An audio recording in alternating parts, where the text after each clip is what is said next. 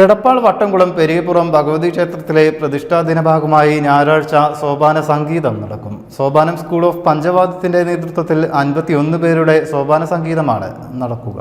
ഞായറാഴ്ച രാവിലെ 9:30 ക്ഷേത്ര ഓഡിറ്റോറിയത്തിൽ വെച്ചാണ് പരിപാടി.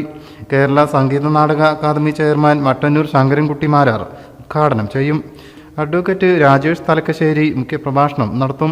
പഞ്ചവാദ്യ കുലപതി കരിയന്നൂർ നാരായണൻ നമ്പൂതിരി, അണ്ടലാടി മനക്കൽ പരമേശ്വരൻ നമ്പൂതിരിപ്പാട്, കലാശ്രീ ഡോക്ടർ ചെറുതാഴം കുഞ്ഞിരാമമാരാർ, മേള കലാരത്നം സന്തോഷ് കൈലാഷ് എന്നിവർ അനുഗ്രഹ പ്രഭാഷണങ്ങൾ നടത്തും. സിനിമാ പിന്നണി ഗായകൻ എടപ്പാൾ വിശ്വനാഥ്, സോപാന സംഗീത കലാകാരി ആനമങ്ങാട് ഗിരിജ ബാലകൃഷ്ണൻ, കഥാപ്രസംഗം കലാകാരി ബാസുര, ഇടയ്ക്ക കലാകാരൻ സുജിത്ത് കോട്ടോൽ, സിനിമാ നിർമ്മാതാവ് ചട്ടിക്കൽ മാധവൻ എന്നിവർ വിശിഷ്ടാതിഥികളാകും. ചടങ്ങിൽ വിവിധ മേഖലകളിൽ മികവ് നേടിയവരെ ആദരിക്കും. ഈ വരുന്ന മാർച്ച് 2 സോപാനം സ്കൂൾ ഓഫ് പഞ്ചവാദ്യത്തിന്റെയും പരിയപ്പുറം ക്ഷേത്ര കമ്മിറ്റിയുടെയും ആഭിമുഖ്യത്തിൽ പരിയപ്പുറം ക്ഷേത്ര സന്നിധിയിൽ വെച്ച് 51 പേരുടെ സോപാന സംഗീതം അരങ്ങേറുകയാണ്. ചിലപ്പോൾ കേരളത്തിൽ ആദ്യമായിട്ടെന്ന് പറയാമെങ്കിലും നമ്മുടെ ഈ പ്രദേശത്ത് ആദ്യമായിട്ടാണ് ഇത്രയും പേരെ ഒന്നിച്ച് അണിനിരത്തിയിട്ടുള്ള ഒരു സോപാന സംഗീത അവതരണം. സ്ത്രീകളും കുട്ടികളും അടക്കം ഉള്ള ഒരു പരിപാടിയാണ്. ഈ പരിപാടിയിൽ ഉദ്ഘാടനം ചെയ്യുന്നത് നമ്മുടെ പത്മശ്രീ മട്ടന്നൂർ ആശാനാണ്. കരിയന്നൂർ ആശാൻ, പിന്നെ കുഞ്ഞിരാമൻ ആശാൻ, സോപാനം സന്തോഷ് ബഹ്റിൻ, ഇങ്ങനെയുള്ള വിശിഷ്ട വ്യക്തികളുടെ സാന്നിധ്യം ഉണ്ടാവും. ഇങ്ങനെ ഒരു പരിപാടി എന്ന് പറഞ്ഞാൽ സോപാന സംഗീതം അറിയാലോ എല്ലാവർക്കും. ക്ഷേത്ര മതിൽക്കെട്ടിനകത്ത് മാത്രം ഒതുങ്ങി നിന്നിരുന്ന ഒരു സംഗതിയാണ്. ഈ കലകളെ ജനകീയമാക്കുക എന്നുള്ള ഒരു ആശയം കുറെ കാലമായിട്ട് നമ്മുടെ സന്തോഷ് ആലങ്കോടും വാദ്യമൊക്കെ അങ്ങനെയാണ്, എല്ലാവരും പഠിപ്പിക്കുക താല്പര്യമുള്ളവർ. അപ്പൊ അങ്ങനെ ഇതിനെ സോപാന സംഗീതം എന്ന് പറഞ്ഞാൽ ഇടയ്ക്ക കൊട്ടി പാടാൻ താല്പര്യമുള്ള എല്ലാവർക്കും, സംഗീത താല്പര്യം താളബോധമൊക്കെ ഉള്ള എല്ലാവർക്കും ആവാം എന്നുള്ളൊരു ഇതിലാണ് ഇപ്പൊ നടത്തുന്നത്.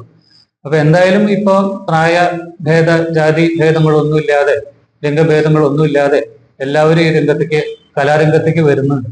അത് വലിയൊരു ഇതാണ്. അപ്പൊ ഈ പരിപാടി നിങ്ങൾ നല്ല രീതിയിൽ അതിന് വാർത്താ പ്രാധാന്യമൊക്കെ കൊടുത്ത് വിജയിപ്പിക്കണം. അതാണ് ഇപ്പൊ ഇന്നത്തെ പത്രസമ്മേളനം വിളിച്ചതിന്റെ മുഖ്യ ഉദ്ദേശം.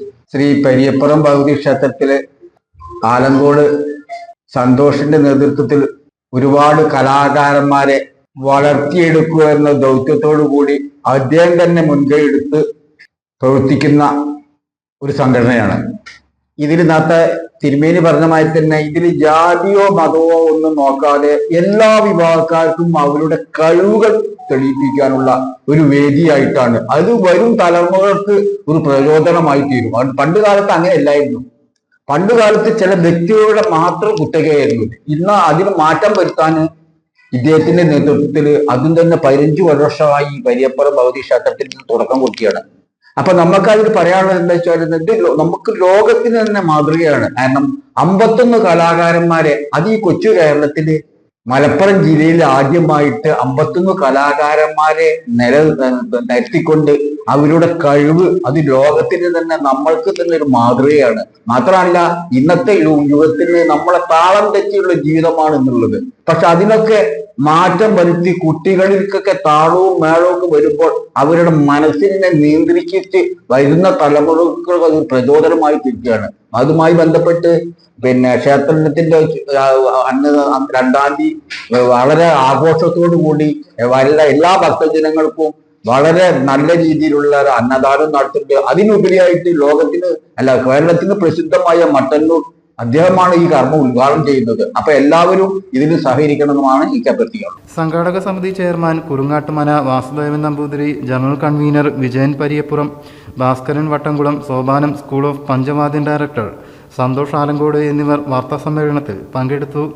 News bureau, Valanchery. പുത്തനത്താണിയുടെ സ്വന്തം കനകമകൽ ജ്വല്ലറി ഇനി മുതൽ കനക ഗോൾഡൻ ഡയമണ്ട്സ്. കനക ഗോൾഡൻ ഡയമണ്ട്സ്, പുത്തനത്താണി. മാറുന്ന ലോകം, മാറ്റത്തിനൊപ്പം.